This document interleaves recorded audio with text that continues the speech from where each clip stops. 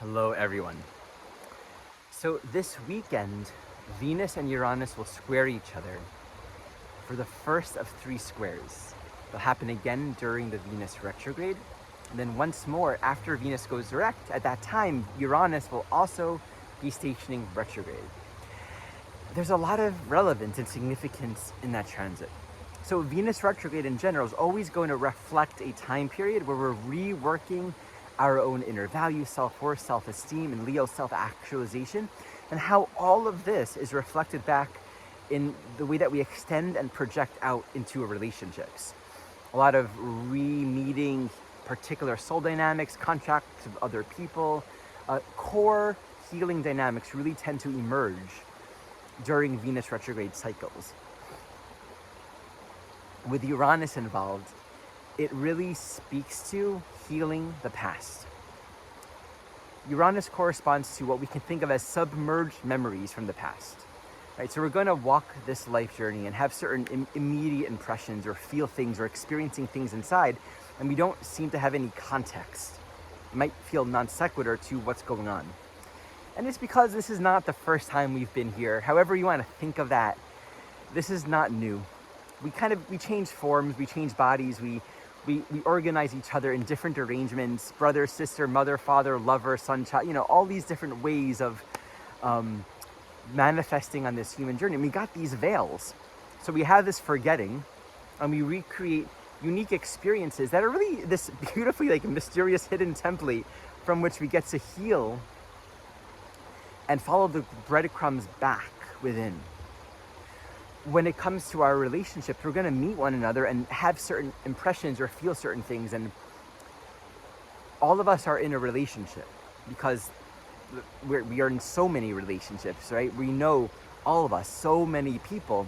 And within each relationship, there's a unique connection, right? There's a unique opportunity. And some might feel stronger and more intense than others. Some might occupy more of the bandwidth within our mind, right? Some might be these essential acupuncture points of resolution that will just open up a lot of energy and a lot of clarity. Others might seem simpler and less complex. And we can all find that in our life. We can all identify, those relationships where there's it seems more karmic significance and importance in the unraveling. With Venus squaring Uranus, it really points to what is the story that we put on one another. What happens is from life to life, however you want to think of it, even within one life, there's a tendency to recreate the same dynamics and to offer, maybe with slight deviance here and there, some levels of growth, the same reactions, the same responses, the same attitude. And it's very easy with any kind of Venus-Uranus dynamic to sort of double down on a stubbornness, right? You make me feel this way, or I don't like the way this goes, or, because Venus tends to be kind of possessive and, what's the word? It can commodify others and everything, really, in terms of how does it make me feel. One of the deeper qualities of Venus is the heart, which is the ability to hold all seeming polarities without defending or protecting. The wisdom of the heart within Venus is really the ability to allow everything to be as it is and to stay in a place of grace, to stay in a place of openness. The challenge with Venus in Leo squaring Uranus are 2 things that I can see here. One would be this quality of stubbornness that doesn't want to budge. I know my way, I know what I want, and this can be a sort of pride. The pride of, I'm not going to budge, I'm not going to give way, no, I'm not going to be this, I'm not going to give this, I'm not going to do this, not willing to make any changes. And holding a very stubborn attitude about other people, about oneself, that actually resonates with this energy of protection and isolation. The other can be a sort of an energetic of isolation where others are seen as selfish, unworthy of my love, undeserving, they don't give to me, right? All these different ways in which we might guard ourselves from the possibility of healing. Uranus invites us to free our minds, to free our story. So sensation, triggers, impressions, feelings, likes, dislikes, they're all arising. And as I often quote in A Course in Miracles, I know not why I feel what I feel. I am not blank for the reasons I think. I am not angry or upset for the reasons I think.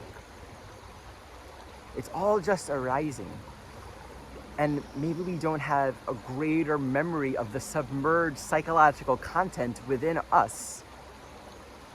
And we're just sort of experiencing the energetics of that. By remaining free of story, we remain free of answer. We don't need to push ourselves in a way where we're trying to control others or we're trying to control our environment. What is it like to allow for healing in our relationships when everything and everyone can be exactly as they are? The gift, ultimately, of this Uranus-Venus is freedom, joy, celebration. It's an enhancement of life, an enhancement of sensuality, of pleasure, of creativity, of harmony, of resonance. And we don't find resonance by closing our hearts. You know, there's a beautiful book by Byron Katie called I Need Your Love, Is It True? And it's just, I think, some dialogues between her and other people that were working with her. And it's where she brings forth this process of self-inquiry, right? I need you to love me. I need you to treat me this way. I need you to do this for me. Is that true? Is it true? What if it's not true? What if that thought itself is projecting a matrix bubble where we're fixing our false perceptions of what's going on in the other person and ourselves? Like, what if none of it's true? What if the thoughts we think themselves are actually convoluting the reality of what's actually in front of us? Where we allow sort of the stubbornness of our own perceptions to determine what we think we need and what has to happen is where we don't allow for healing. And it doesn't mean, okay, then I can't have any needs. I'm just going to be a blank template here. It just means looking. It just means being with what is, watching. We're free and we're safe to not give it a story. So in this book, she describes this process. When we inquire, how do I feel when I think this thought, I need you to act this way? Well, I feel angry, right? I feel irritated. I feel abandoned. I feel pushed upon, right? We often don't allow ourselves to give enough time to just be with the effects of our thinking because we're so convinced that our thinking is accurate. But when we give it more space, we realize, okay, well, when I think this thought, I create suffering for myself. But if I don't think that thought, I'm going to be stuck in this dynamic. Well, no, you won't be, because that dynamic requires your thinking. What if it wasn't what you thought it was, but it's uncomfortable? Okay. How long does that discomfort last when you're not putting a story on it? We can't know. We can't answer that. We have to allow it. We have to try it. We just have to try it. And it brings us back to the possibility of joy, of life. This doesn't mean anything. She says in the book regarding this dynamic with the relationship, questioning our thoughts doesn't mean the relationship is going to become this or it's going to become that or you're going to let go or you're going to... None of these human time-space answers have anything to do with liberation. Liberation comes from the present moment, from our freedom. So we can really just recognize whatever dynamics are emerging right now in our relationships. And it's also going to be one with where we're holding, where we're vibrating in relation to our sense of joy and purpose. We can't reject another and be full of joy and enthusiasm and life and actualization and feel fully open to our whole being at the same time. Maybe we can think we can pretend for a while that we can. It's going to catch up to us. Because where we close the doors to what we think is outside is where we close the doors to ourselves. Uranus is the community of existence. Like the entire ecosystem of life lives on the inside. All the characters of life are components of our own psyche. It's one ecosystem and it's on the inside. And that's why we really do give a lot of attention to our vibration with Uranus. Our vibration, the vibration of our thoughts, what our thoughts actually do to us. So this Venus-Uranus square is actually inviting greater stability,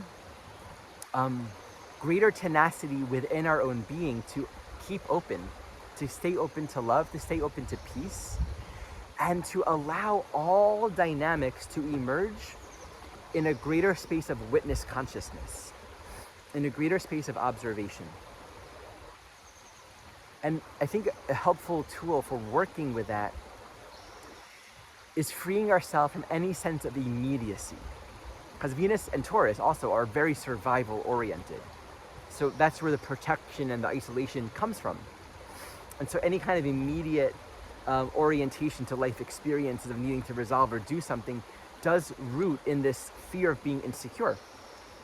I think it's just really helpful to appreciate that insecurity with these signatures is more about how we are in relation to the moment and not actually the moment. It's so helpful to remember that.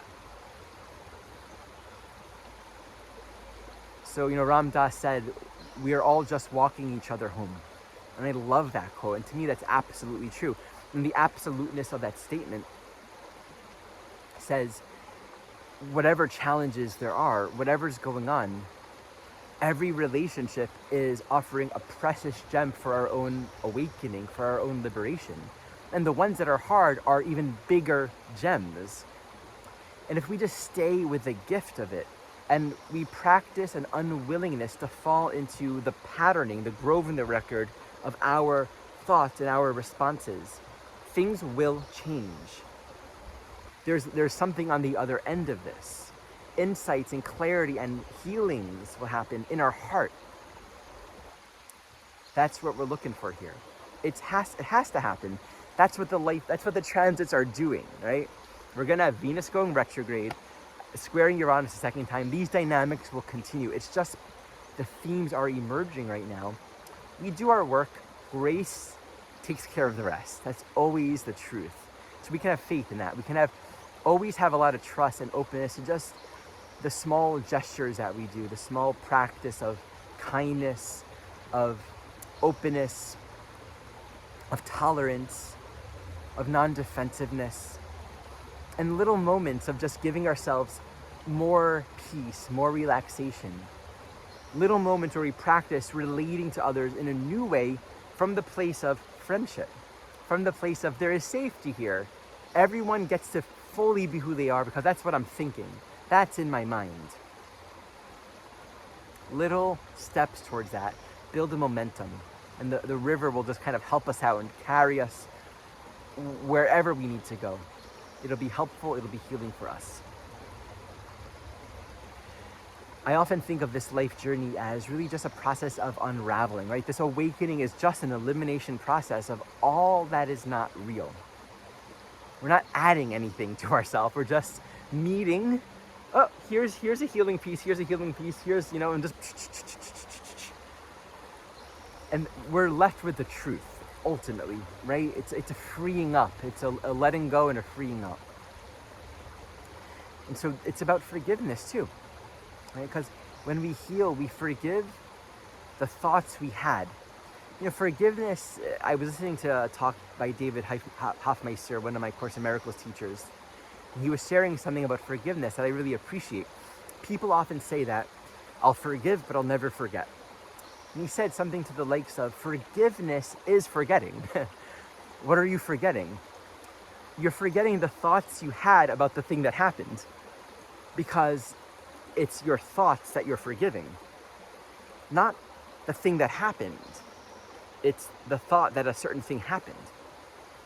Right? We fix the past in a very sinful, hurtful, angry way, and we put other people in these boxes. And then that Uranian long-term memory carries it on, and we meet them, we're like, oh, watch out for that person, right? We are often unwilling to let go.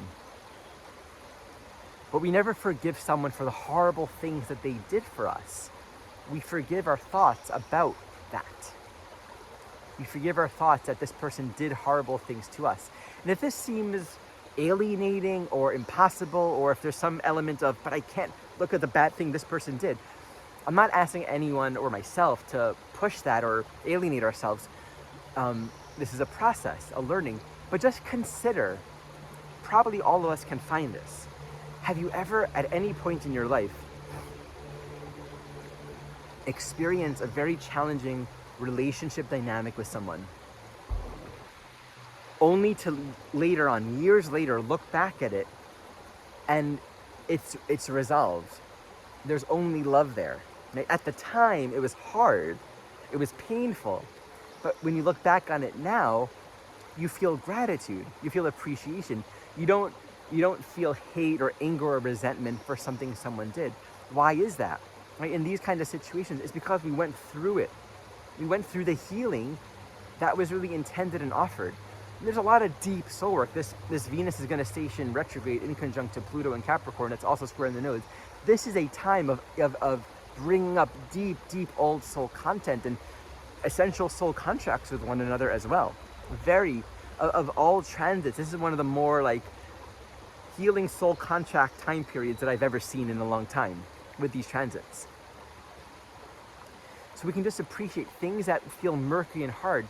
There is a vantage point on the journey where we can look back at it, and we're healed when there's nothing but love in our perceptions, right?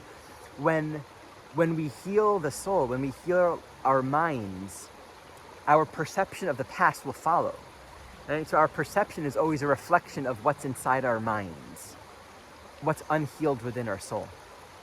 When we are resolved, perception will be resolved. And we find that just everything here is here for our awakening, here for our freedom. There's an immense gift during this time. And so I just want to bless all of us with the clarity of mind, the wisdom, and the self-love and the trust to meet our life experiences with open-heartedness, with kindness, with grace, with trust in the greater gift that is unfolding now. Reminder, the chart interpretation course is going to begin late August. This is part 2 of my year-long training program.